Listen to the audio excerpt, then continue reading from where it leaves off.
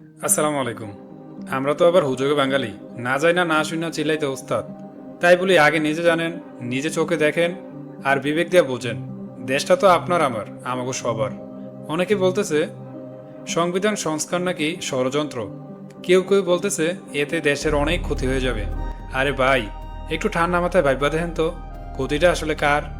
তারা আপনার এই সংস্কারের ভয় দেখাইতেছে, কারণ এই 30টা প্রস্তাব পাশ হইলে আর কোনোদিন আপনার ভোট চুরি করা সম্ভব হইব না। তারা চায় আপনাকে সারা জীবন তাকে গোলাম বানিয়ে রাখতে। তাইলে চলেন দেখি আমাকে সংবিধানে কি কি ছিল আর এখন কি হইবার যাইতেছে।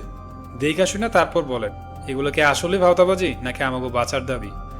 এখানে এটা হচ্ছে গণভোটের ওয়েবসাইট। এটাতে আপনার এখানে যে মেইন 11টি সংস্কারের প্রস্তাব আছে এগুলি এখানে দেওয়া আছে, আপনারা অবশ্যই পড়ে দেখবেন। আমি আপনাদেরকে একটি প্রেজেন্টেশন তৈরি করেছি। সংবিধান সংস্কারের প্রস্তাবনা। বাংলাদেশের সংবিধানে 30টি গুরুত্বপূর্ণ সংস্কার প্রস্তাবনা আগে কি ছিল এবং এখন কি পরিবর্তন আসবে তার বিস্তারিত বিশ্লেষণ এই ভিডিওতে থাকছে। তো ভিডিওটি অবশ্যই আপনারা বেশি বেশি করে শেয়ার করে দিবেন, যাতে সবাই সঠিক কথাটা সবার মাঝে পৌঁছায়। ঠিক আছে? তো 1 নম্বরে আছে প্রধানমন্ত্রীর মেয়াদ সীমা আগে কি ছিল। মানে সংবিধানের প্রস্তাবনাগুলো হচ্ছে এমন, আগে ভুল ছিল সেটাকে একটু সংশোধন করা, এটাই। অনেকে বলছে বিসমিল্লাহ উঠাই দিবে, এটা করবে সেটা করবে, এখানে এমন কোনো কিছু আলোচনাই হয় নাই। আর কত কিছু মানে ভাওতাবাজি কথাবার্তা চলে আসে।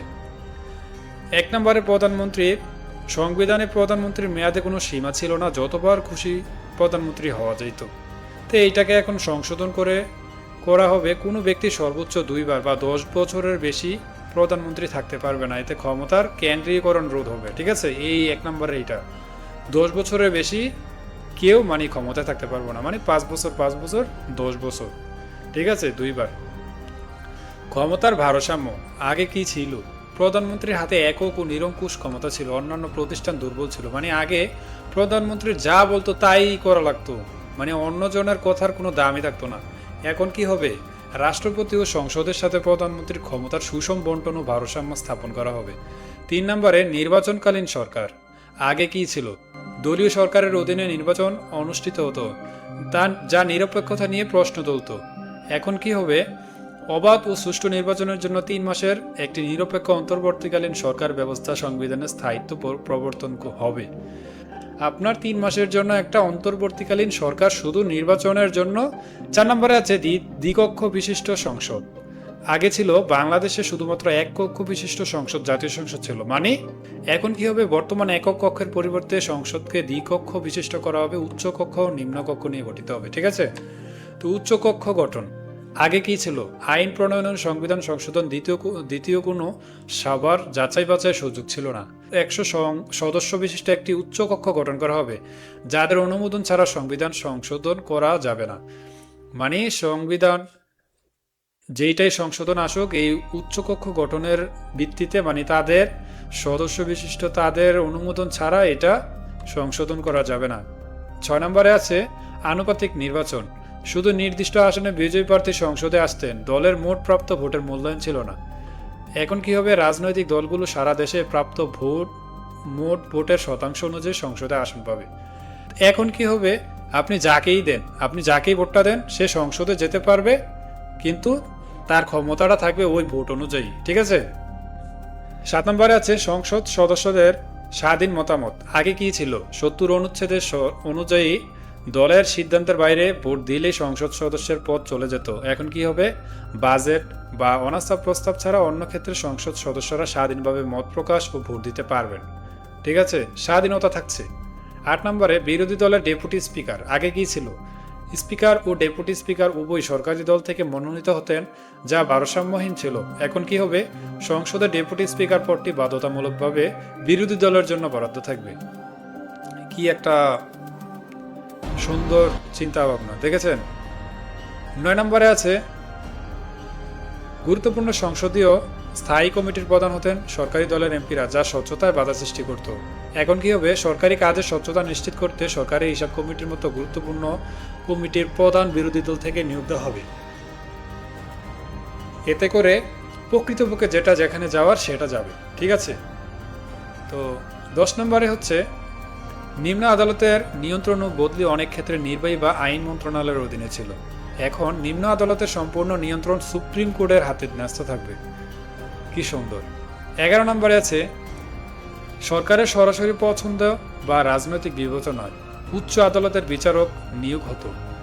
এখন একটি স্বাধীন বিচারক নিয়োগ কমিশন এর মাধ্যমে যোগ্য বিচারক নিয়োগ হবে। 12 নম্বরে নেপাল সংবিধানে থাকলেও এই পদটি কখনো বাস্তবে নিয়োগ বা কার্যকর করা হয়নি। এখন সরকারি কর্মকর্তাদের অনিয়ম তদন্তের একজন শক্তিশালী নেপাল স্বাধীনভাবে কাজ করবেন। 13 নম্বরে নির্বাচন কমিশনের স্বাধীনতা আগে কি ছিল? নির্বাচন কমিশন বাজেটের জন্য সরকারের মুখাপেক্ষী ছিল, যা তাদের স্বাধীনতার প্রভাব ফেলত। এখন কি হবে? নির্বাচন কমিশনের জন্য স্থায়ী আইন এবং নিজস্ব বাজেট ও প্রশাসনিক স্বাধীনতা নিশ্চিত করা হবে। 14তে গণভোট জনগণের সরাসরি মতামত ছাড়াই সংসদ সংবিধান সংশোধন করতে পারত।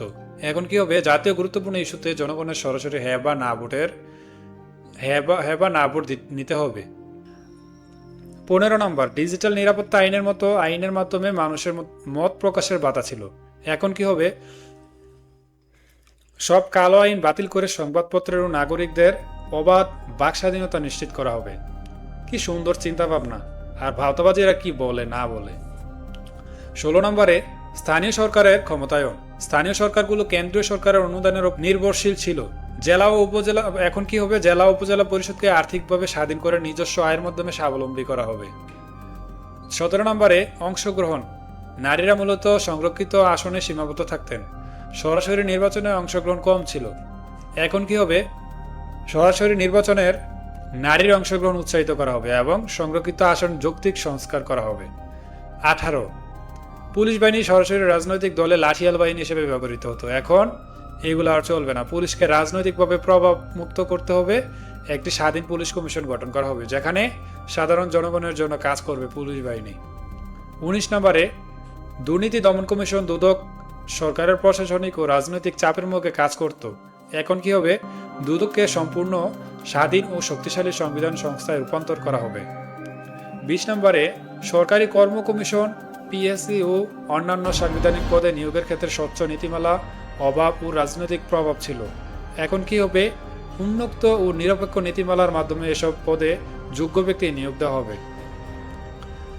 21 নম্বর জাতীয় মানবাধিকার কমিশন অনেক ক্ষেত্রে শুধু সুপারিশ করতে পারত, কোনো ব্যবস্থা নিতে পারত না। এখন কি হবে? কমিশনকে আরও কার্যকর ও নির্বাহী ক্ষমতা দিয়ে শক্তিশালী করা হবে। 22 মহাসচিব, নিরীক্ষক ও নিয়ন্ত্রক সিএজি দপ্তরে সরকারি ব্যয়ের অডিট বা নিরীক্ষায় অনেক সীমাবদ্ধতা ছিল। এখন কি হবে? সিএজি কোনো চাপ ছাড়ে রাষ্ট্রের প্রতিটি টাকার হিসাব নেওয়ার পূর্ণ স্বাধীনতা পাবে। 23 আগে কি ছিল? ধর্মীয় জাতিগত সংখ্যালঘুদের সুরক্ষা আলাদা কোনো কমিশন বা বিশেষ আইনি কাঠামো ছিল না। এখন কি হবে? সংখ্যালঘুদের অধিকার রক্ষায় বিশেষ আইনি কাঠামো ও সুরক্ষা কমিশন স্থাপন করা হবে। 24 সব ক্ষমতার কেন্দ্রবিন্দু ছিল রাজধানী ঢাকা, জেলা পর্যায়ে ক্ষমতা সীমিত ছিল। এখন কি হবে? শাসন ব্যবস্থাকে জেলা পর্যায়ে ছড়িয়ে দিয়ে প্রশাসনিক ক্ষমতা কেন্দ্র থেকে তৃণমূল পর্যায়ে বিকেন্দ্রীকরণ করা হবে। এতে জনগণের হয়রানি কমবে। 25 রাষ্ট্রযন্ত্রের মাধ্যমে গুম হত্যা বিরুদ্ধে সংবিধানের সুনির্দিষ্ট কোনো ধারা ছিল না। এখন গুম ও বিচারবহির্ভূত হত্যাকে চিরতরে নিষিদ্ধ করে কঠোর শাস্তির বিধান থাকবে। এটা কি জনগণের জন্য ভালো না? কি বলেন আপনারা সবাই? কমেন্টের মাধ্যমে জানাবেন। 26 নম্বরে আছে গোয়েন্দা সংস্থাগুলো কোনো সুনির্দিষ্ট আইনি জবাবদিহিতার অধীনে ছিল না। এখন আইনি কাঠামোর মাধ্যমে গোয়েন্দা সংস্থাগুলো স্বচ্ছতা ও জবাবদিহিতা নিশ্চিত করা হবে। আইনের ভিতরে যেটা থাকবে, গোয়েন্দা সংস্থাগুলো জবাবদিহি করতে হবে। এখন তো কোনো জবাবদিহি নাই। গোয়েন্দা বাহিনী আছে না মরে গেছে, এটার কোনো খোঁজখবরে থাকে না। মাঝে মাঝে আসে, আবার শেষ। 27 সরকারি তথ্য পেতে নাগরিকদের অনেক বাধার সম্মুখীন হতে হতো। এখন তথ্যের অধিকারকে আরও শক্তিশালী করে জনগণের ক্ষমতায়ন নিশ্চিত করা হবে। এগুলো কি জনগণের জন্য, নাকি এগুলো যদি বাস্তবায়ন হয় তাহলে কি শোষকরা থাকবো? এবার বলেন, সব লেজ গুটায় পালাইব। 28 পরিবেশ রক্ষা ছিল একটি সাধারণ নীতি। এখন জলবায়ু পরিবর্তন মোকাবেলা ও পরিবেশ রক্ষা করাকে রাষ্ট্রের প্রধান বাধ্যবাধকতা করা হবে। এগুলো যদি হয় তাহলে কি সিলেট কয়দিন পরে পরে আপনার বন্যাতে ভাইসা যাব এরকম হইব না। তিস্তাতে আবার ফারাক্কার বদলে টেরাক্কা বাস্তবায়ন হইব। তা জনগণের ভালো হইব নাকি শোষকদের ভালো হইব এবার বোঝেন। 29, ক্ষুদ্র নৃগোষ্ঠী সাংবিধানিক স্বীকৃতিও তাদের ভূমি অধিকারের নিয়ে অস্পষ্টতা ছিল। এখন ক্ষুদ্র নৃগোষ্ঠীর পরিচয় তাদের ভূমির অধিকার সংবিধানে সুনিশ্চিত করা হবে। 30 নম্বরে অর্থনৈতিক নীতি মূলত ধনী ও সুবিধাবাদীদের পক্ষে ছিল, ফলে বৈষম্য বাড়ত। মানে ক্ষমতা যার মূল্য তার এমন ছিল। আর এখন ধনী দরিদ্রের বৈষম্য কমাতে সম্পদের সুষম বন্টন ও নতুন অর্থনৈতিক নীতিমালা প্রণয়ন করা হবে। তো এগুলা কি ভালো হবে না নাকি?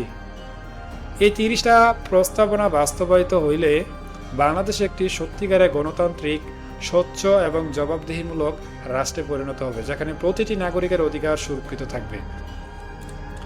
কি বলেন, এগুলা কি ভালো হবে নাকি খারাপ হবে? আপনারাই বলেন। এই যে দেখেন,